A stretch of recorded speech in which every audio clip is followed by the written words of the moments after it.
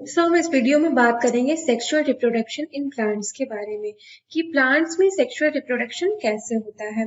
तो sexual reproduction की जो सबसे प्री रिक्विजिट चीज है, जो सबसे जरूरी चीज है, उसमें वो है कि एक इसके अंदर एक फीमेल पार्टनर चाहिए और एक इसके अंदर मेल पार्टनर चाहिए। ठीक है, तो प्लांट्स में भी बहुत सारे प्लांट्स में जो कि फ्लावर प्रोड्यूस करते हैं उसमें फीमेल फ्लावर और मेल फ्लावर होते हैं। ठीक है, और हम इन सबको बहुत डिटेल में इसमें पढ़ेंगे। So you have learn earlier the structure of a flower. Flower का स्ट्रक्चर अगर आपको पता होगा, क्योंकि प्लांट्स में फ्लावर का क्या रोल है, फ्रूट्स आते हैं, लीव्स आती हैं, स्टेम्स आते हैं, हर एक चीज का एक खास रोल है। तो फ्लावर्स का क्या रोल है? Flowers play important role in sexual reproduction. Flowers के थ्रू ही सेक्सुअल रिप्रोडक्शन की प्रोसेस होती है। और सेक्सुअल रिप्रोडक्शन क्यों जरूरी है?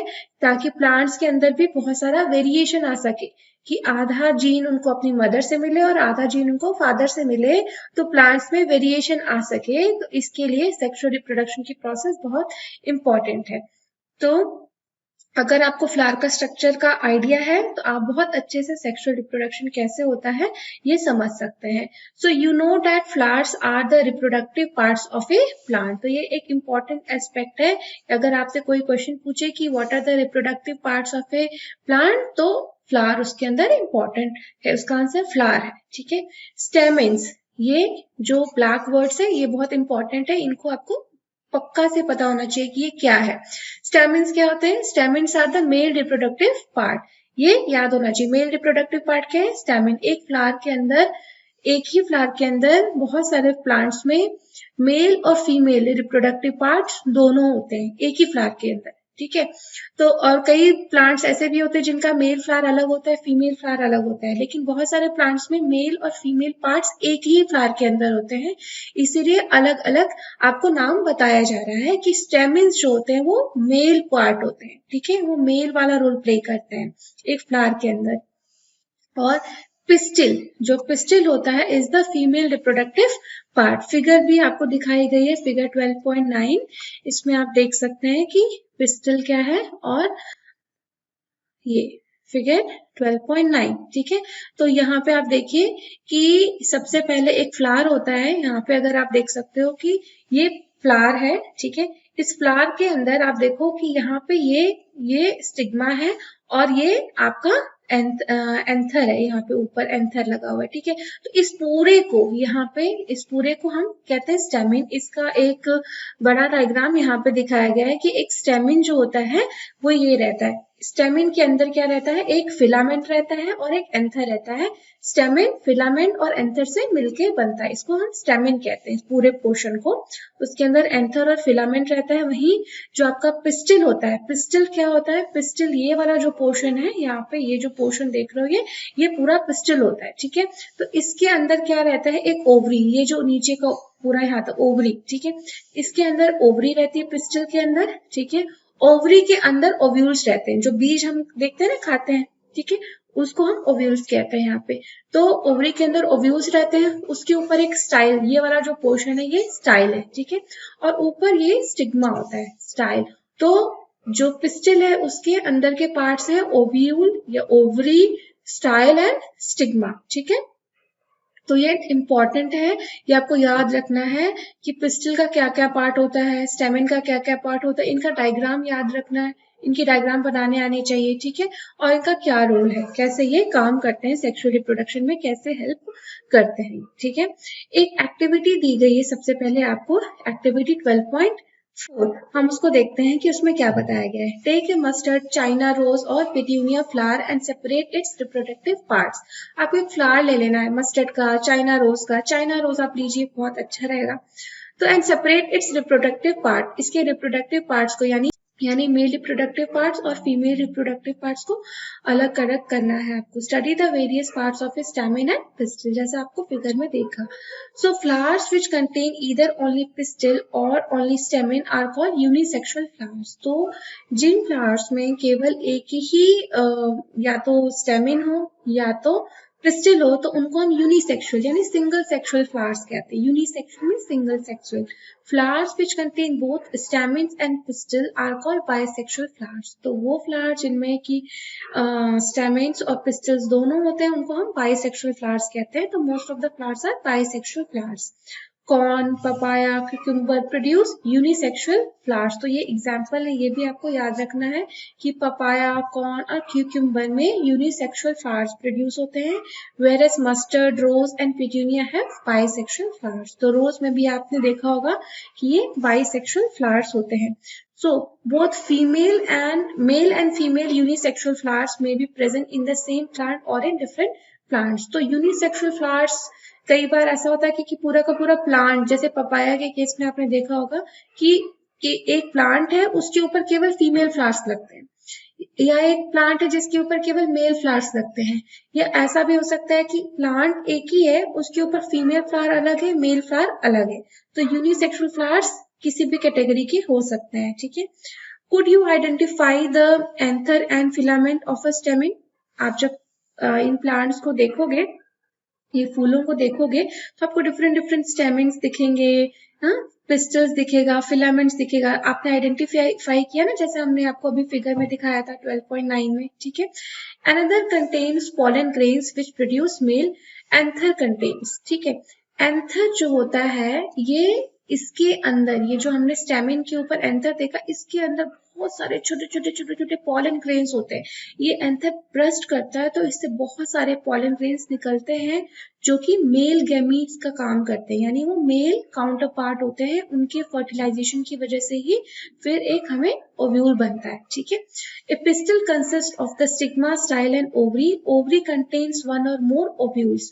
तो इन्हीं ओव्यूल्स को जाकर के ये जो पॉलन ग्रेन्स है इनको फर्टिलाइज करते हैं जिससे कि हमें सीड्स मिलते हैं, ठीक है। द फीमेल गैमीट और egg is form in the ovule. In sexual reproduction a male and a female gamete fuse to form a zygote. तो सेक्सुअल रिप्रोडक्शन में क्या होता है कि एक मेल, यानी कि जो आपका पॉलन ग्रेन है वो मेल गैमीट है और जो ओव्यूल है आपका फीमेल गैमीट है, and they fuse together to form a zygote. Fine.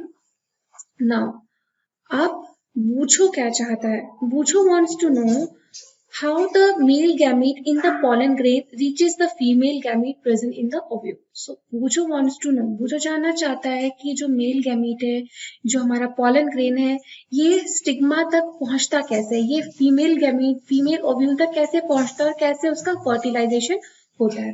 तो इसके लिए जो सबसे मेन इंपॉर्टेंट चीज है दैट इज पॉलिनेशन, यानी कि पॉलिनेशन होता है। जो पॉलन ग्रेन्स बनते हैं आपके एंथर के अंदर, ये एंथर जब ब्रस्ट होता है तो बहुत सारे पॉलन ग्रेन्स जो है निकलते हैं, ठीक है। इन पॉलन ग्रेन्स की वजह से ये पॉलन ग्रेन्स जाकर के ओवरी में जाकर के इनको फर्टिलाइज करते हैं और इसको हम कहते हैं pollination. Fine. So generally pollen grains have a tough protective coat which prevents them from drying up. तो बहुत सारे pollen grains के ऊपर एक tough covering होती है जो कि इनको सूखने से बचाते हैं। Since pollen grains are light, they can be carried by wind. Pollen grains बहुत हल्के होते हैं, वो generally wind से carry हो जाते हैं, ठीक है। तो इस तरीके से आप देख सकते हो कि फ्लावर्स में कैसे पॉलिनेशन होता है। तो फ्लावर्स में जो पॉलिनेशन होता है वो सेल्फ पॉलिनेशन भी हो सकता है, क्रॉस पॉलिनेशन भी हो सकता है। जैसे मैंने बताया कि एक ही प्लांट के अंदर मेल और फीमेल पार्ट दोनों होते हैं, उस तरह के फ्लावर्स को हम कहते हैं बाइसेक्सुअल फ्लावर्स, ठीक है।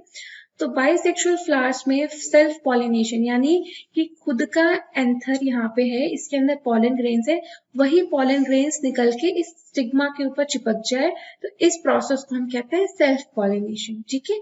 कि एक ही प्लांट का पॉलन ग्रेन उसी प्लांट के स्टिग्मा पे चिपक गया और वहां से जाकर के यहाँ से धीरे धीरे जाके यहाँ पे ओव्यूल्स को फर्टिलाइज किया, ठीक है।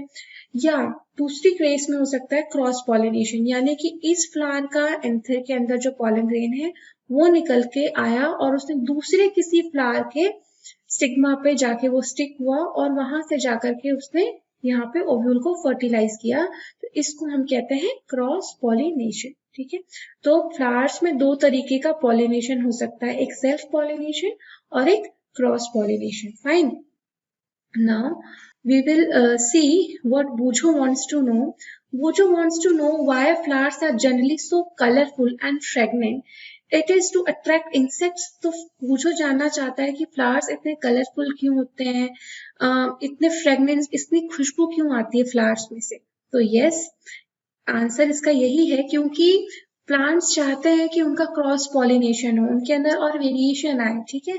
तो वो इंसेक्ट्स को अट्रैक्ट करने के लिए, क्योंकि इंसेक्ट्स की विंग्स में, इंसेक्ट्स की बॉडी में बहुत सारे पॉलन ग्रेन्स चिपक जाते हैं, और पॉलन ग्रेन्स को एक फ्लावर से दूसरे फ्लावर्स में ले जाने के लिए ये इंसेक्ट्स बहुत ही ज्यादा इंपॉर्टेंट रोल प्ले करते हैं। इसलिए इन इंसेक्ट्स का, हनी बीज का होना भी हमारे लिए उतना ही जरूरी है, क्योंकि यही पॉलिनेशन को बढ़ाते हैं और वेरिएशन लेके आते हैं। Fine, so insects visit flowers and carry away pollens on their bodies. Some of the pollen lands on the stigma of a flower of the same kind. The transfer of pollen from anther to the stigma of a flower is called pollination. Pollination का मतलब क्या है? आपका जो anther है वहां से pollen grain stigma पे जाने की प्रोसेस को हम कहते हैं pollination. Okay. If the pollen lands on the stigma of the same flower or another flower of the same plant, it is called self-pollination. When the pollen of a flower lands on the stigma of a flower of different plant of the same kind, it is called cross-pollination. तो ये हमने पहले ही explain किया इसको। अब यहाँ पे figure दी गई है pollen grains की, यहाँ पे एक प्रोसेस दिखाया गया है कि कैसे पॉलिनेशन की प्रोसेस होती है। कि ये स्टिग्मा है प्लांट का, स्टिग्मा के ऊपर ये स्टिकी नेचर का होता है, बहुत चिपचिपा टाइप का नेचर होता है। आप किसी भी चाइना रोज के फ्लावर में देखिएगा स्टिग्मा को, ये चिपचिपा सा रहता है। तो इसके चिपचिपा होने से क्या, पॉलन ग्रेन जो हवा में है या हनी बी के साथ आए हैं वो यहाँ पे आके स्टिक कर जाते हैं। स्टिक करने के बाद वो ये पॉलन ग्रेन्स ग्रो करना शुरू करते हैं, ठीक है। पॉलन ग्रेन्स जर्मिनेट करना शुरू करते हैं। तो ये पॉलन ग्रेन जर्मिनेशन पहला स्टेप है स्टिक होने के बाद। फिर ये एक पॉलन ट्यूब का फॉर्मेशन करते हैं। ये पॉलन ट्यूब बढ़ती जाती है, ग्रो होती है, और ग्रो होने के बाद ये ओवम है, ये अंदर ओवरी के अंदर इसके ओव्यूल्स रहते हैं। ओव्यूल्स को जाकर के ये फर्टिलाइज करता है और उसकी वजह से जाइगोट बनता है, और जाइगोट से हम कहते हैं सीड बनता है, ठीक है। जाइगोट को ही हम सीड कहते हैं, और यही सीड को जब हम ग्रो करते हैं तो उससे एक नया ऑर्गेनिज्म बन जाता है, ठीक है। तो जाइगोट यानी सीड। तो ये फर्टिलाइजेशन होता है और इसके बाद फ्रूट बनता है इसी के ऊपर, है ना। उसी फ्रूट के अंदर ये सीड्स मिले रहते हैं, हमको मिलते हैं। तो ये पूरी प्रोसेस है फर्टिलाइजेशन की, सेक्सुअल रिप्रोडक्शन की, ठीक है। Now fertilisation, the cell which results after fusion of the gamete is called zygote. Male और फीमेल गैमीट के मिलने के बाद जो सेल बनती है उसको हम जाइगोट कहते हैं, या सीड भी कह सकते हैं प्लांट्स के केस में। The process of fusion of male and female gametes to form a zygote is called fertilization. The zygote develops into an embryo, ठीक है।